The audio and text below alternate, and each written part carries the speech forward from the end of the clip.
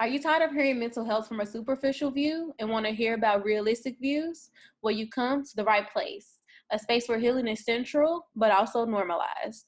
Your hosts, Danica and Myra, who are in the mental health field, will explore topics that help promote healing in your everyday life. Through our podcast, you will get the real and the work to focus on your healing. Welcome to Black Women Healing Podcast.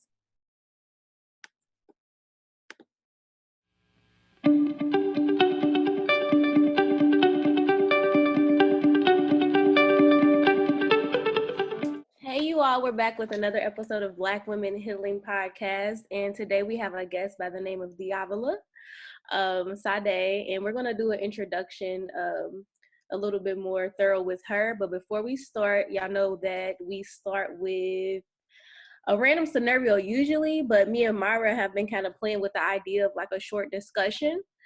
Okay.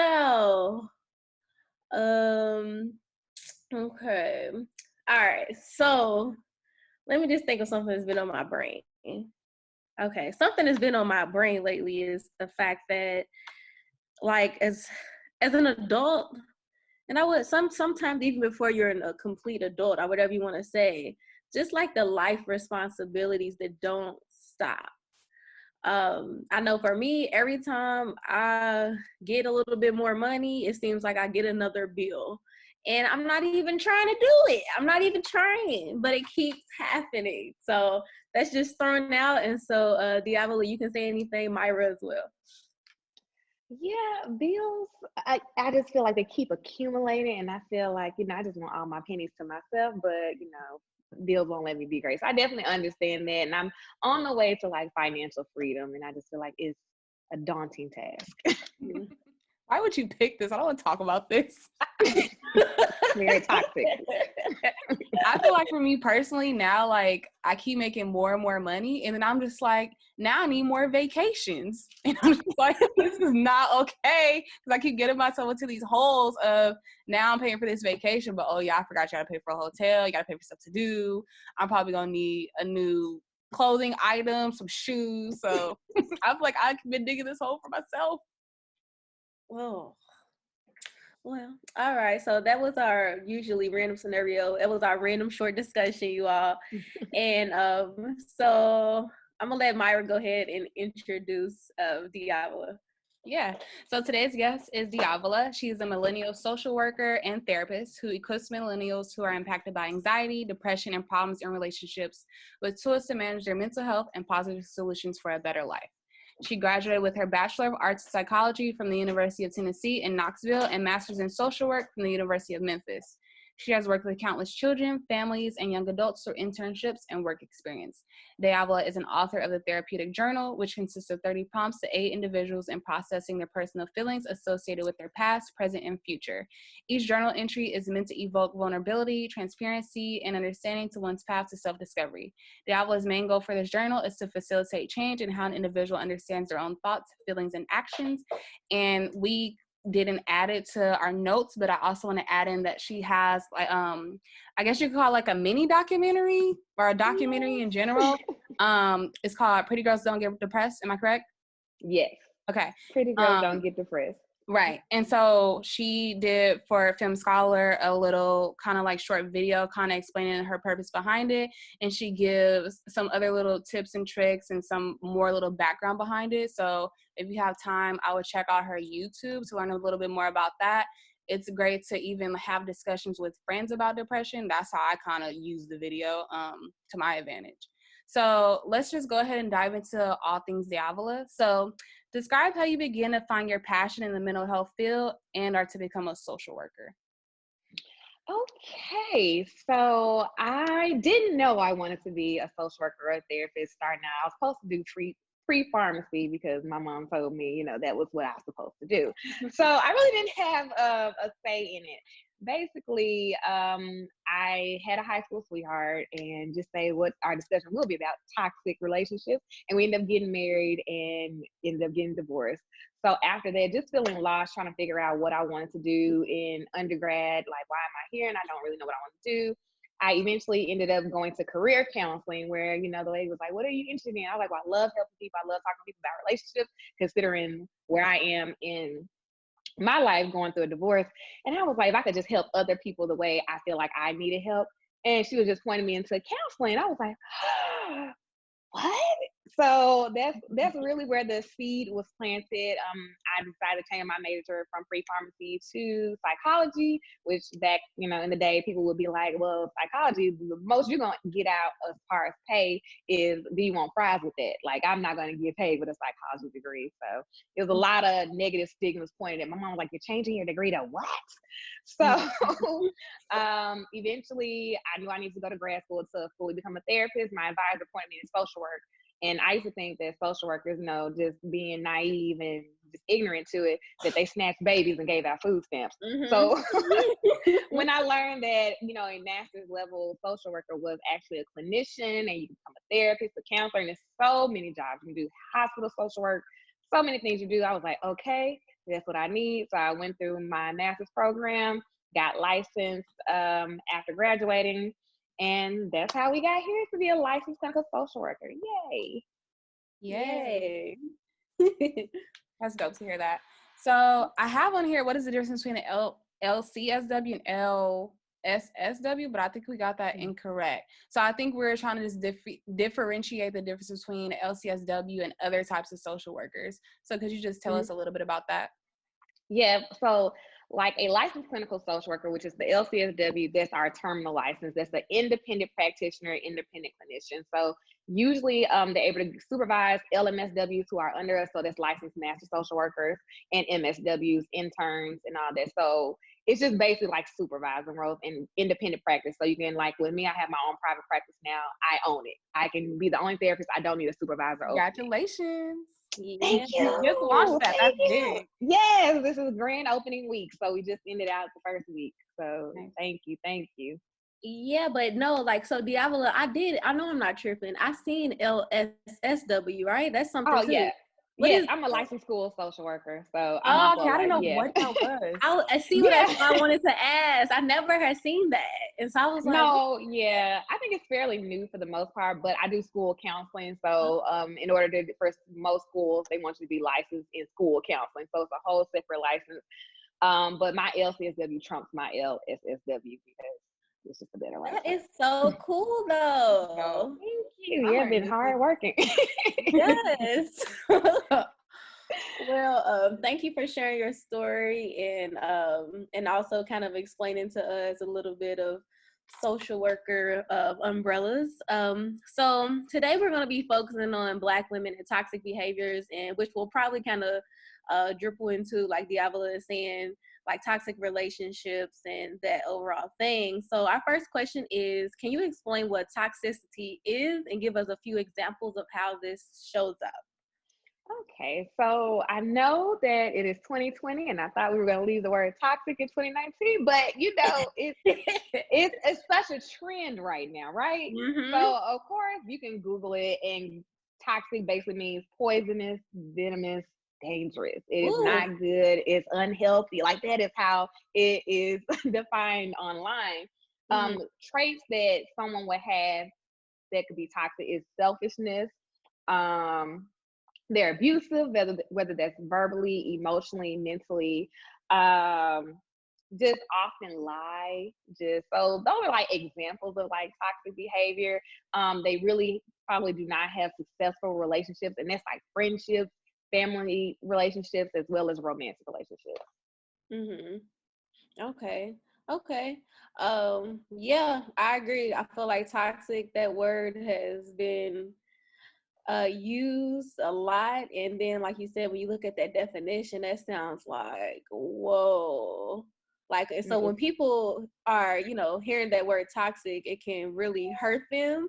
But we kind of want to go into how to identify toxicity. So how are those things identified in others? Like, how would I be like, oh, this person is toxic, or what would you even say? If I'm thinking about like people that I may have encountered, and even, of course, being accountable, any traits that I might have had when I was younger, someone putting you down. So say you have a dream, I'm going to start a podcast. And it's like, oh, you can't do that. You're from here. Like, no one does that around here. You need to get a real job. So someone that's like always negative, people that are jealous of you, always stay in competition with you. Those are like toxic behaviors because they're projecting like this insecurity. Again, they often lie. Most people who are unable to be honest to me shows that's a toxic trait. Like, why are you lying? Everyone's grown. What's going on there? And just overall, they're not happy. They don't find joy in their life. So thus, misery loves company. They want you to be just as miserable as they are. So examples of that. I'm sure there are so many more examples of that, but that's just what comes to the top of my head. Yeah.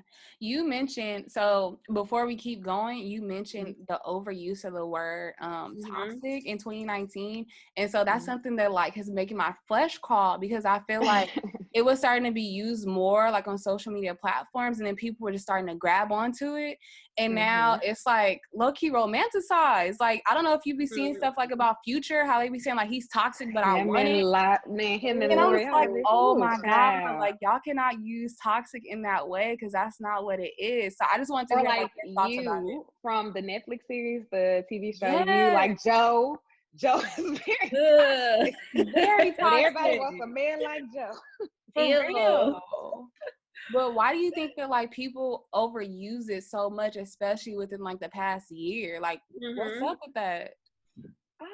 I think it's more so people love or find a thing of wanting to break down other people. So if I could say something about you and I feel like I'm the barometer, so if I wouldn't do that and you do, that means you're a toxic person. So it's to elevate themselves, which it really doesn't, because one thing people don't want to do is be accountable for how toxic they are to people. They want to point out everybody else, how toxic they are, but who looks in the mirror and say, oh wait, I'm kind of toxic for this person. I'm toxic to these people.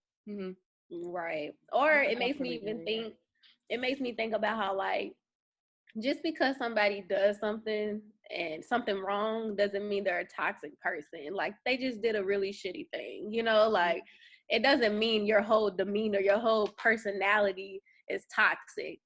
But yeah. I like the way you broke that down though, because now I have to be really thinking like, okay. So that makes us dive into the next question very easily, because the next one is, how can people identify toxic behavior in themselves? So the way you can identify yourself is, one is you have to lack self-awareness. So you don't have successful relationships, like I said earlier. How is your relationship with your mother? How is your relationship with your father? How are you with your friends? Do you have friends? Do you find yourself falling out? Every time you get a friend, you fall out with that friend. You have unsuccessful romantic relationships. Like, it's one thing that you and someone dated and then you guys broke up, but it's like, what's the common denominator here? If you get in these situations and the same thing happens over and over, or you break up and it's the same reason, it's like common denominator. It's probably you. Again, always being negative, can't find joy in anything. Like, who wakes up negative every day, sis? You can't be doing that. Like, you got to be able to look at the glass half full sometimes and have some optimism, not pessimism. So, and always defensive. Like, it's everyone else's fault but yours. Like, it's their fault. No, they shouldn't have cut me off. Or no, they, just always assuming the worst of people instead of the best. So, and also quick to anger. If you can go from 0 to 100, but you have to always react to what people do around you or to you, then usually that's a sign of toxic behavior. Like, every action doesn't need a reaction. Oh, amen. I'm over here thinking about, how like somebody, right? No, somebody's listening right now, like, dang, that's me. Hasn't it been us all though? Exactly. I mean, but it starts with you. You got to really examine like how you're interacting with people or how you're just responding to people in general. If you are toxic, okay, you identify that and then you start working on it.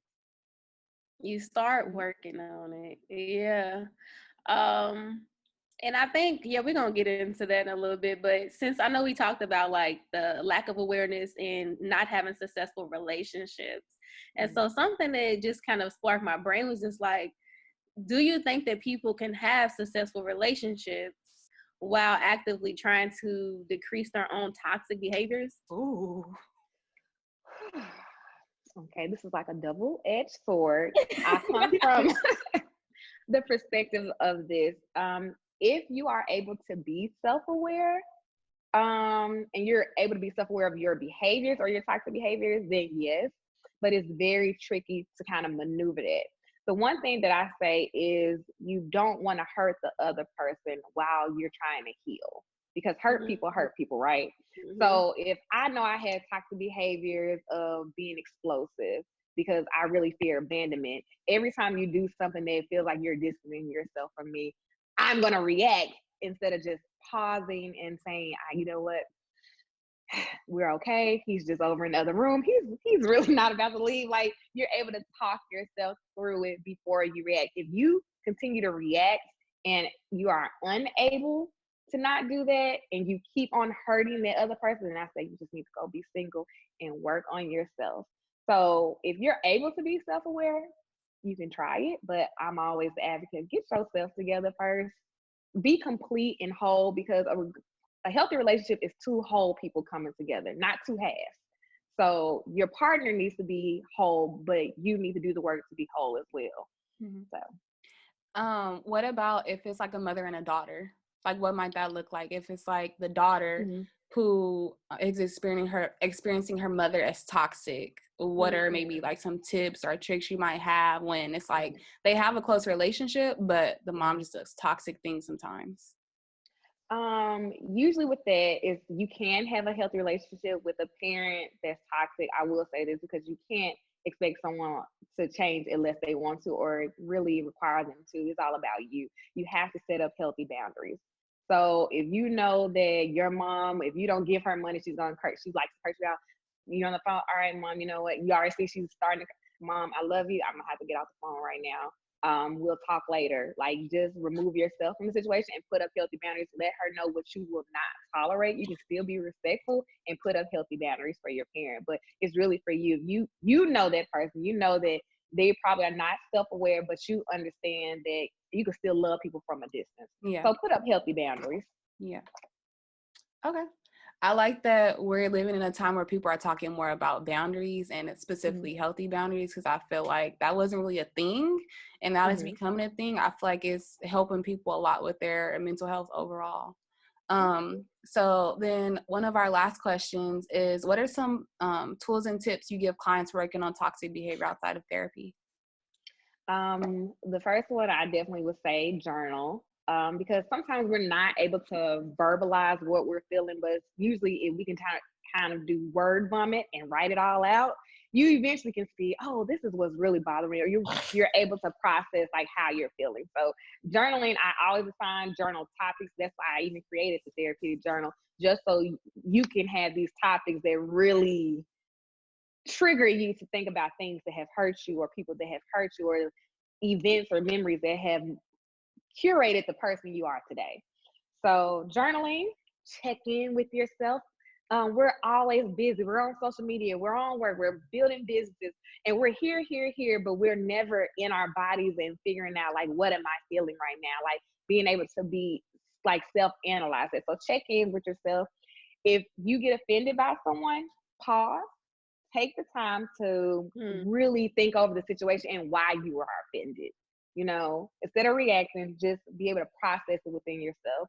And again, work on not reacting.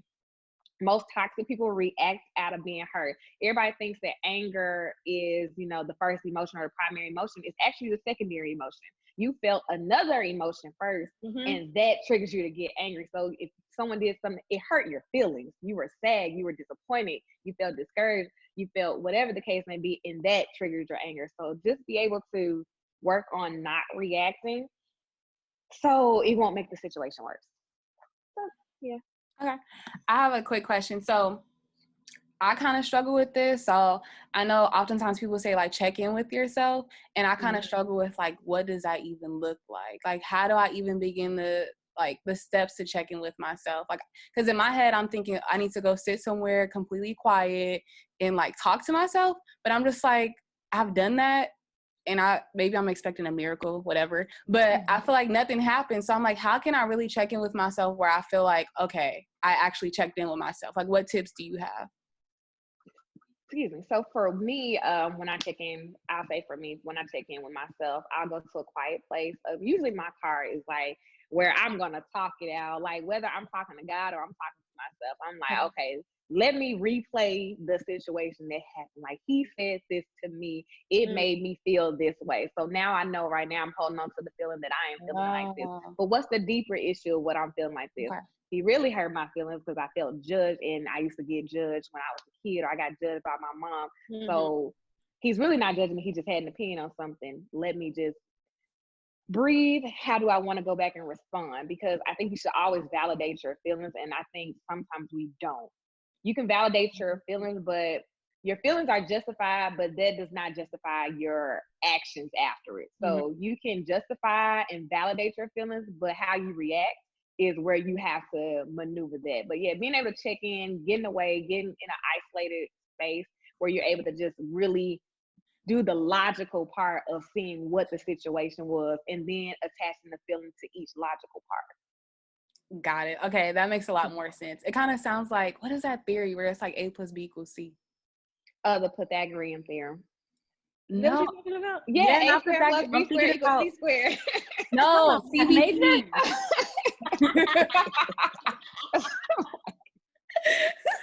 No, you have to think about CBT, the theory. Oh, yeah. The theory. Oh. The way CBT makes sense to me is A plus B equals C. Sorry, I completely. I'm sorry. But no, the way you're like describing it, kind of A plus B equals C, CBT type therapy, but doing it with yourself, I feel like that makes more sense now. Yeah, I'm because your thoughts affect your feelings and your feelings affect your behavior. They're all like interconnected.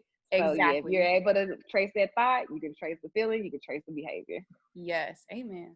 Yeah, no, for sure. I'm just thinking too about, I really like to check in with yourself, but kind of how we're talking about how even how Myra brought up this whole like future, like people being attracted to like toxic people, and like why is that? The reason is we are attracted to what's normal. It's called like normalized dysfunction. So if I grew up and my father was like Future and had plethora of women, plethora of baby mamas, whatever the case, I'm mentally attracted to that, even though I know it's not healthy because that's all I know. So you can be attracted to something and it doesn't be good for you, you know, because that's all you know. So if you have daddy issues, most likely you end up getting with someone that's similar to your father subconsciously. Like even if you think about Lori Harvey, and she's a beautiful woman. Everybody knows Future's rap sheet. But where's her dad? Well, isn't he somewhere in jail? So isn't her mom all about like, look, she is the biggest hustler I know from Memphis because she had a baby with this drug dealer kingpin. He went to jail, had a baby with his brother, and then you with Steve Harvey, got Steve Harvey to change all your kids' last name. Hustler. Okay, so I don't think she probably has maybe the best examples of what healthy relationships look like. So if I don't know what that looks like in my own home, most likely I'm going to be attracted to an unhealthy person and continue to create unhealthy relationships because I'm not very in tune with self.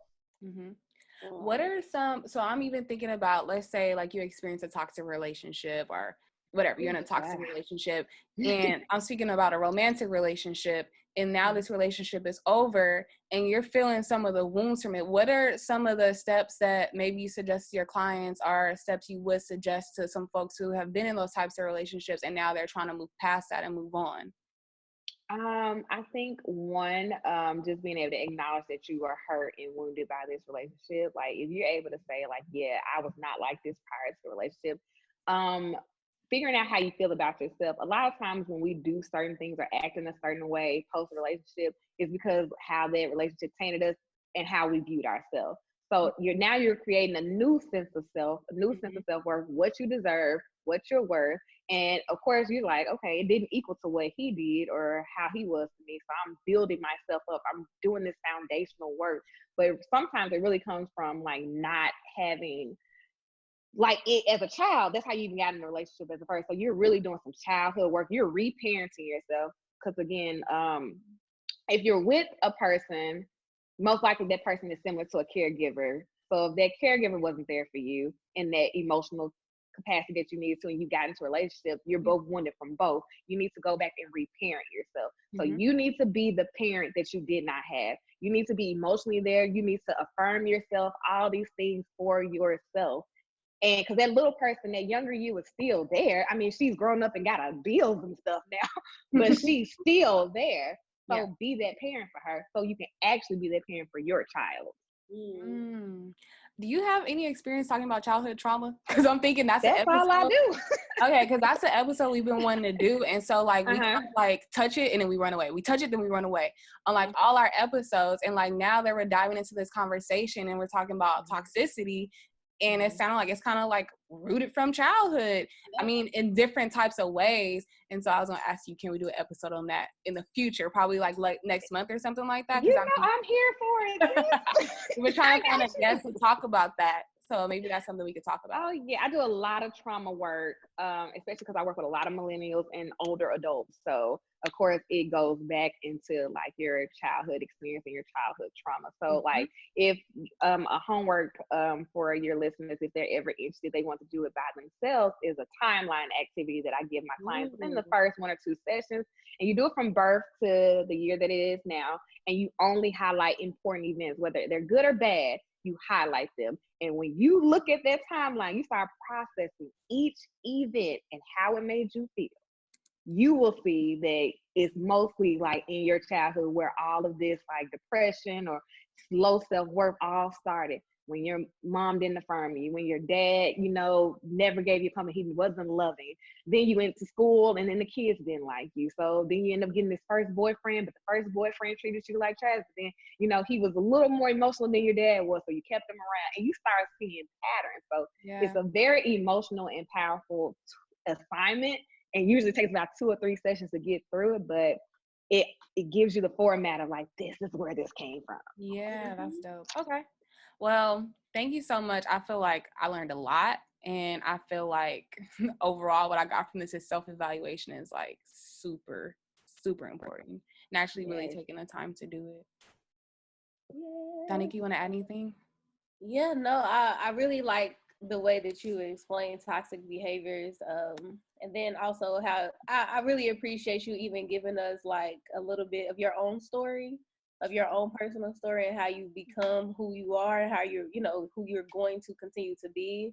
I think that, you know, it most definitely will help our audience feel closer, our listeners feel closer to you. Yay. Well, I'm glad I could be a part, like what you ladies are doing. I was just so glad to just even be asked. So thank you first and foremost. You'll be hearing from us again soon for that other episode. I'm here whenever you're ready. Okay, so DeAvila was great. I think this is a topic that is super relevant.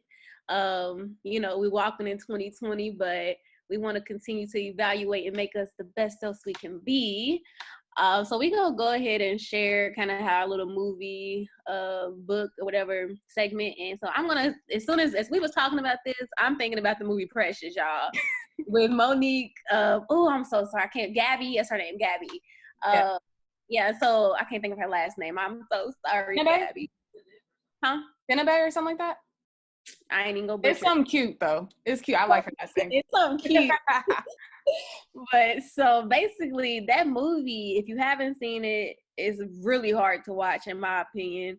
But like the whole movie, the mom, Monique, she was toxic, you know, and like DeAvila was saying, a lot of it comes from her childhood and how she was raised, and like how she literally was like, I'm kind of gonna go down the things that DeAvila said. Like she most definitely was negative. She most definitely lacked self-awareness. She most definitely was always defensive and quick to be angered. She was most definitely toxic. Crazy. And, right. In lightweight sociopath. And so diagnosing. Yeah, right. Let me diagnose it. But for real though, toxic behaviors. That movie, go watch it. And even like, obviously it don't show like the second part of like working through the toxic behaviors, but even toward the end, the piece of like the lack of self-awareness, I feel like she at least was starting to acknowledge that what she had been doing to her child was messed up, which is the awareness piece. So That movie though, toxic. Oh, very toxic. So what I want to share with y'all this week is candle colors. And so I'm really into like colors and how we can have certain colors around us and what they can do for us. And so in particular, I was looking at, because I'm always looking at colors in general. And so something popped up on my news feed, and it was like candle colors and meaning. And I was like, oh, okay, let me share this with y'all. So I'm just going to point out some of the candle colors that I think are relevant to the podcast. And so light green candle color is good for luck and healing. And then blue is for forgiveness, calmness, and communication. And then pink is for harmony and self-love. Yellow for clarity, manifesting, and creativity. And then orange is for joy, energy, and success. And brown is for grounding and friendship. And so I believe that having certain colors around you make you think a certain way. And I definitely believe that that's true. And so those are just some of the things. I know a lot of people like candles, so why not really think about the color of the candle that you're investing in? Yeah, I love candles, y'all. I love them. So thanks for that resource, Myra. And so y'all, it's 2020. We told y'all we was gonna be having Black women healing circles in different cities. So I hope y'all ready. We ready. Our very first one, our very first one was in Louisville. Our very first one of 2020 is going to be February 22nd from 3 to 5 p.m. That's a Saturday, and it's going to be in Inglewood, California.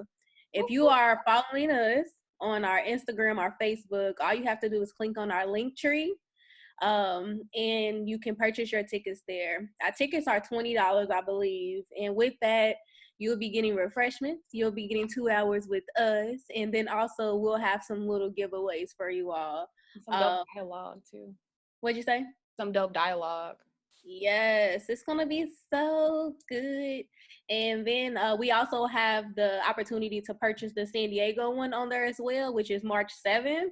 That one's 3:30 to 5:30 p.m. So yeah, y'all get these tickets. We ready. I hope y'all ready. And we also have one in Philly on May 2nd. We'll have more details for that soon. Also, we have some great opportunities coming up. We can't share it just yet, but basically we doing some work that we're going to share with y'all, and y'all going to be blowing out your chairs. So be prepared to get shooketh. For coupons, again, Barcelona is on sale. I don't know what's going on in Barcelona, but these Barcelona flights are like dirt cheap. They're like $280. So if you have an interest in going to Barcelona, for the majority of the U.S., the tickets are under $300. And same thing for Cancun. Cancun tickets are like $200 and under. So if you need to take a vacation, Cancun and Barcelona are your go-tos right now. Is that it for this week? I think so.